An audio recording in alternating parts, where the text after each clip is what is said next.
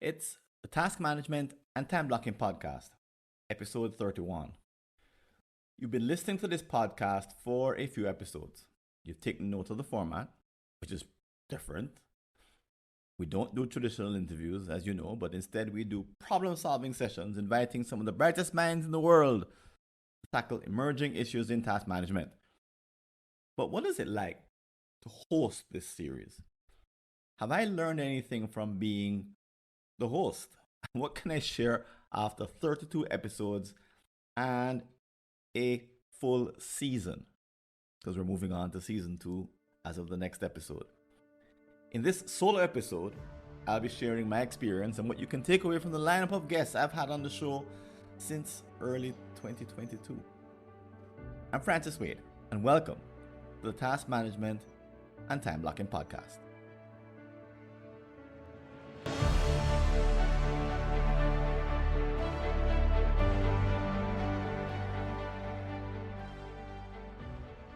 And welcome back. So if this is your first time joining the show, I'm going to do a little bit of explanation. And if you're an ardent listener, I'm going to ask you to bear with us for just a moment. But you may discover a few things as I go through kind of what I've learned, a summary of what we've picked up from the prior shows. So if you're new, as you probably know, the podcast is pretty different, as I already said. It doesn't follow the formula of prior podcasts. And this podcast, this episode, is actually different from the prior episodes. So let me tell you a little bit about the prior episodes before going into this one. So we don't do interviews. And some episodes are solo episodes like this one. But most of our episodes have been involving other people. But we don't bring them on and ask them, what did you say in your book? You know, how did you grow up? Were you in a big family? And that kind of thing. No. We actually pick a problem. And our intent is a bit strange, I'd say. It's to uncover some insights that are brand new during the show, kind of in real time. And when we do uncover these insights, we actually have a bell. And ring the bell when we think we've come up with something that we didn't have before the conversation started. So the whole idea is to come up with something brand new, something that we've never thought of before and never said before, because the two of us are having this conversation. So each episode begins with a sort of a statement of the problem. Then I tell a story, a realistic story, which describes a protagonist, a person, a man or woman who's dealing with the problem that we are about to discuss and what it's like to be in their shoes just a little bit as they navigate their world and eventually come to some kind of impasse, because there are no easy solutions available. And by the way, we only pick the problems that don't have easy solutions here on the Task Management and Time Blocking Podcast. Give us something to actually do, right? Some work to do. So after the story, I introduce the guest and we do a deep dive into the nature of the issue. So this is where it's very, very different.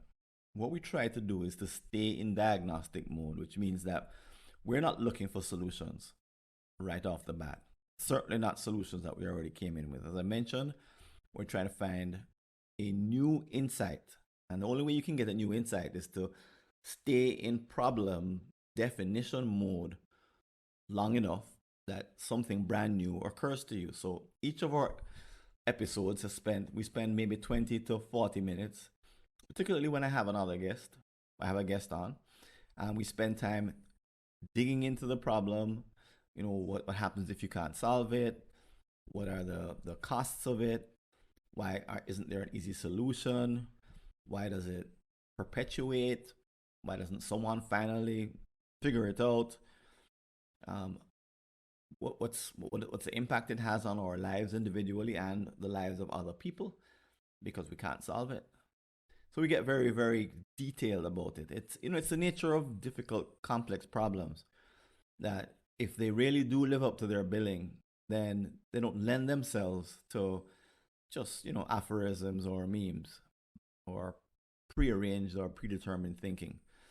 Einstein said, and I always quote Einstein nowadays, if I had an hour to solve a problem, I'd spend 55 minutes thinking about the problem and 5 minutes thinking about the solutions. So the one causes the other. In other words, the 55 minutes of problem solving allows someone like an Einstein, and hopefully us as well, to only spend 5 minutes thinking and talking about the solutions, because the quality of the diagnosis allows us to open up solutions that didn't exist before, and also to see past the easy answers that might be out there in the conventional wisdom. Okay? So, having said that, this episode does not follow that method. Instead, I'm going to be just telling you about some solutions, answers, recommendations, discoveries that have been made based on all of the 32 episodes that we've done, the deep dives that we've done cumulatively.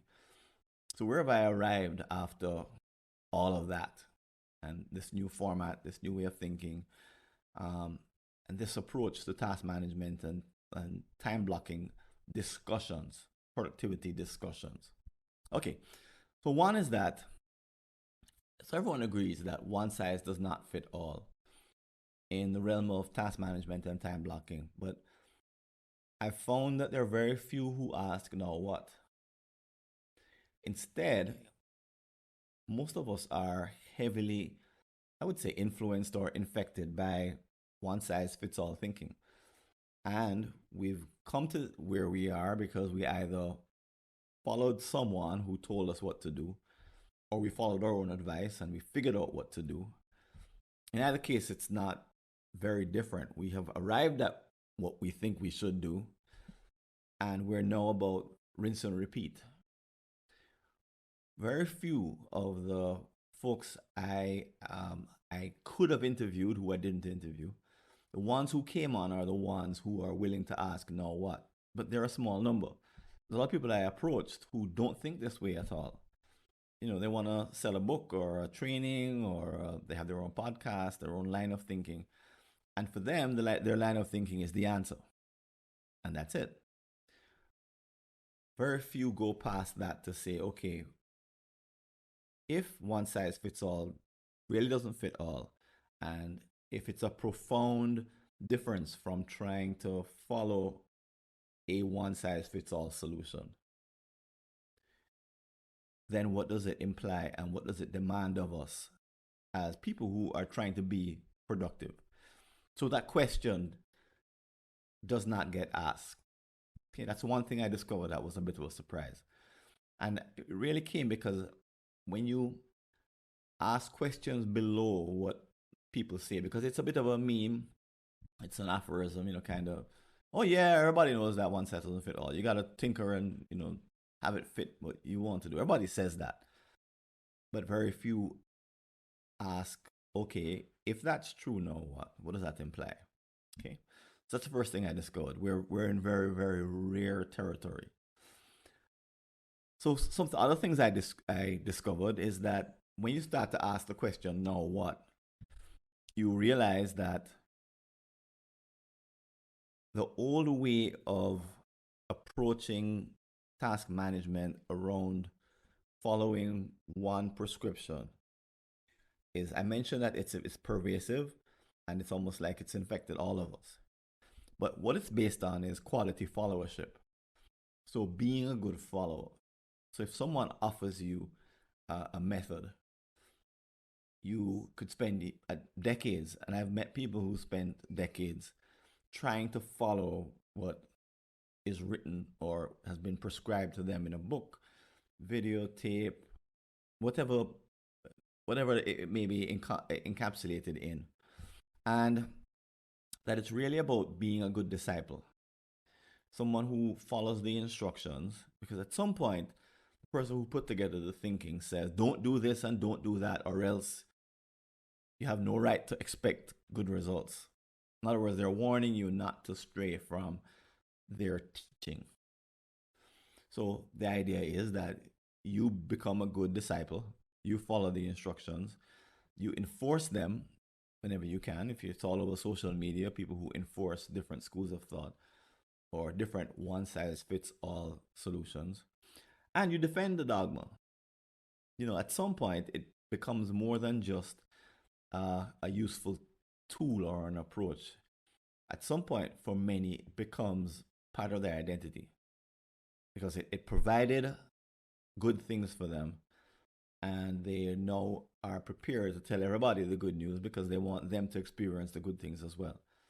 So this is not, I'm not saying that they do this because it's bad or wrong. They do it because they believe that it worked for them, and it did.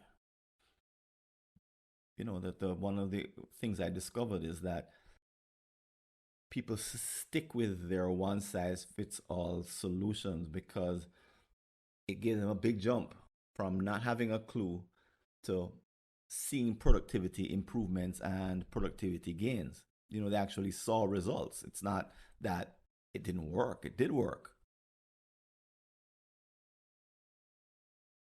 It's just that there's more to this game than having a one size fits all solution that works for a while.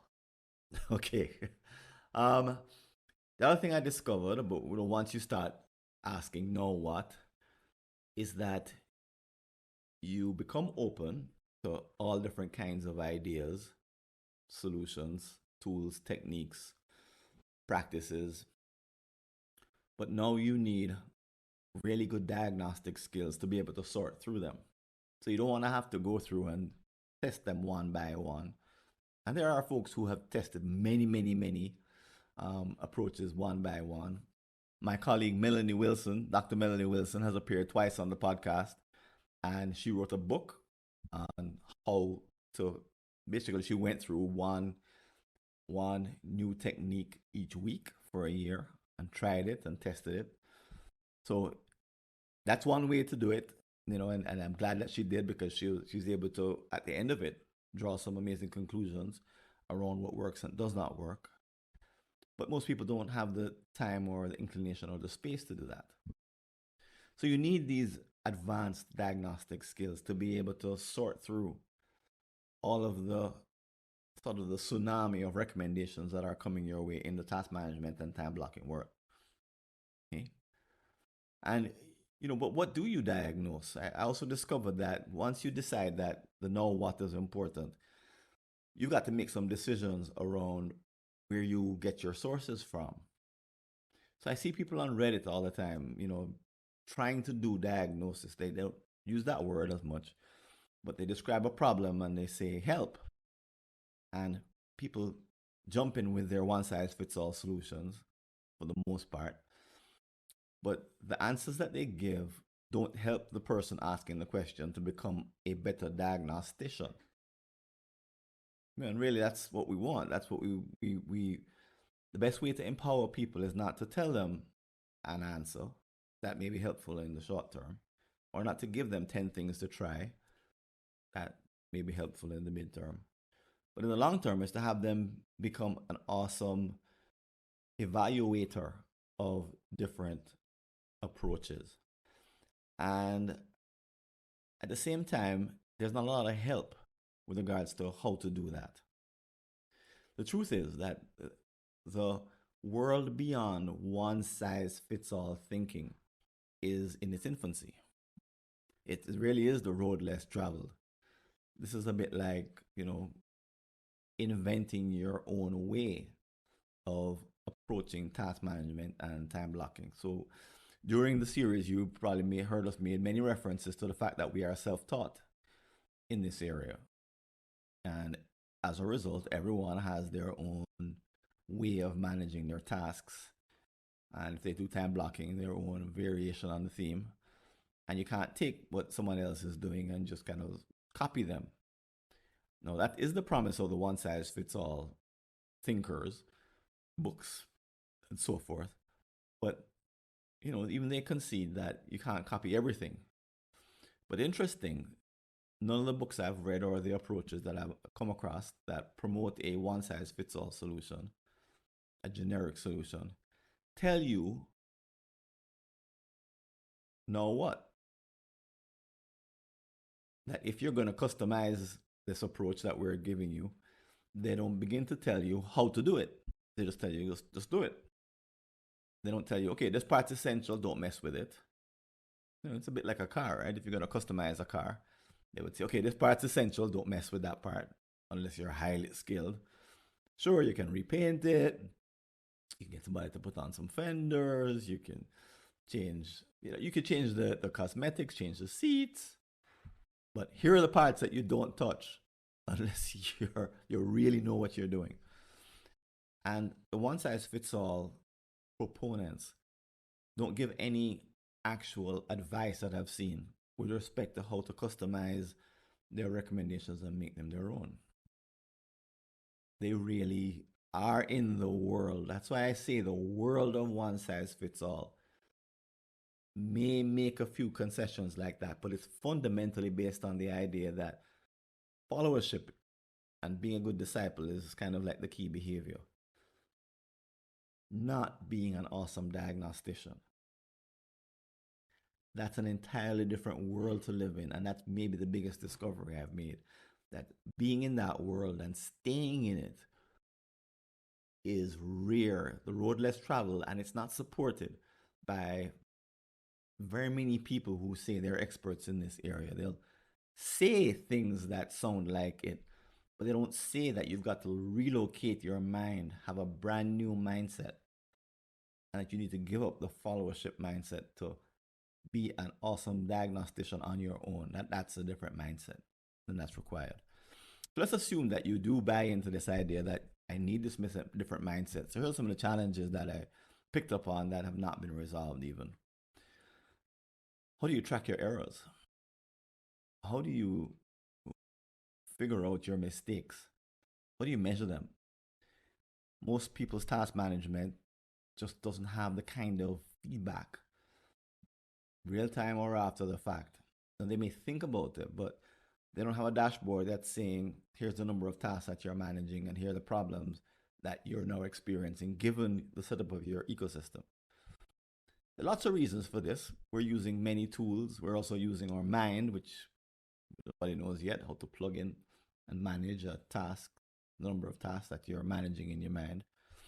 So we don't know what good error tracking looks like. Now, this is important. Why? If you're a good diagnostician, errors are your friend. They tell you where to start and how to approach improvement efforts. Again, if you're driving a car and the car doesn't start one day, that's pretty obvious. You have a problem. You have an error. There are car computers now that you can plug into, and as far as I know, they can tell you what kind of errors and mishaps the car has been producing, because it's now built into the car that the computer's tracking them. We don't have that much luck. So we have to use anecdotes, even though we may be very committed to having that mindset of being a diagnostician. All we have to fuel it are anecdotes. And I wish there were a book I could point you to that says, okay, here's how you manage your errors in terms of logging them, just capturing them. And here's how you diagnose them. Doesn't happen so far. Doesn't exist so far. As such, we don't really know in detail what progress looks like in task management. So in the diagnostician world, I've advocated creating your own path and then following the steps as you follow your own plan. And that's what progress looks like. However, that approach is pretty daunting. It's a subject of my book, Perfect Time-Based Productivity, but it's not an easy path to follow, because it's not easy to put together a multi-step plan. We just don't have the experience of doing it. No, I've met and I've taught people how to do it. I've seen them have success doing it. But have I tracked 50 of them over the last 3 years? No. So the data doesn't exist to follow what the diagnosticians are doing and how well they're doing it. So we don't really know what path they take. So we can intuit that if you're making progress and reducing errors, then by reducing errors, then we could say that you're growing. But if you're not measuring the errors, then we're back to kind of just a feeling. And that's just not good enough. We need far better tools and a far better method for approaching our improvement. So to wrap up, I'm hoping that there are leaders in the diagnostic world, that more leaders will emerge, and that there'll be a clearer distinction between it and the one size fits all world. And in case if you might be wondering, are things like getting things done and Pomodoro and the Covey approach, and are they in that one size fits all? The answer is yes. They are the foundation, some of the foundation methods for that world. Even though they do say, "Oh yeah, no, don't worry, you can make some changes." But as I said, that's not the same as being in the world of a diagnostician. And I'm still looking for people to bring on the podcast to interview, or not interview, to problem solve, because we don't do interviews. I'm still looking for them to invite them to the task management and time blocking conference. I'm still hoping to pick up books that are in the world of a productivity diagnostician that enhance that skill, that are based on that premise. And if you are someone who is that, or you know someone who is, let me know. I'd love to bring them on the show. And if you're also sort of wondering why I haven't tackled certain problems or challenges in task management and time blocking, send me a note. I'm looking to add to my list, and I'm willing to go look for experts in very unconventional areas that they might not even be thinking about task management, but there could be analogous solutions being developed that we could bring into this world of task management and time blocking with respect to being a great diagnostician. So if you know of any interesting problems that need to be solved, and that are perhaps being solved in other fields, let me know. That line of thinking is extremely valuable to the work that we're doing here on this podcast and to our mission. So I'd love to hear from you. I know that our listenership rather has been growing steadily. And as far as I can tell from what I see out there in the podcast world, there's not another podcast like this one. So we are establishing a pretty decent space, and I'd love to hear from you in either with an idea, or just if you leave a comment and feedback in Apple Podcasts, or if you contact me directly via our website, www.timeblocking.summit.info. This is Francis Wade signing out, and I'm calling it game over, I guess, for season number 1 here at the Task Management and Time Blocking Podcast. See you in season 2. All the best.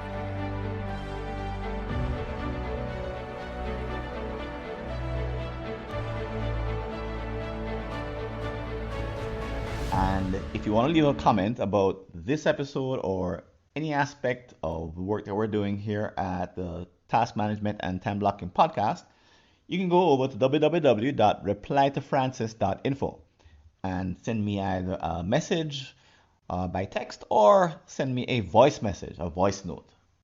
And as you probably know, we have a couple of places that you can interact with other people, talk about this episode. One is at the community, mightytaskers.scheduleu.org, and you'll see the link in the show notes. And the other, of course, is our upcoming Task Management and Time Blocking Summit coming up in March. 2 outstanding opportunities to interact with other people about the ideas that you've heard on this podcast or any of our episodes that are coming up. And if you'd like to support the work we're doing, I invite you to click on the Patreon link below to make a donation. And please don't forget to like our show and recommend it to others on iTunes, Stitcher, Google, or whatever podcast app or service you're using. This is Francis Wade. I'm signing out. I hope to see you on a future episode, and until then, take care and all the best. See you later.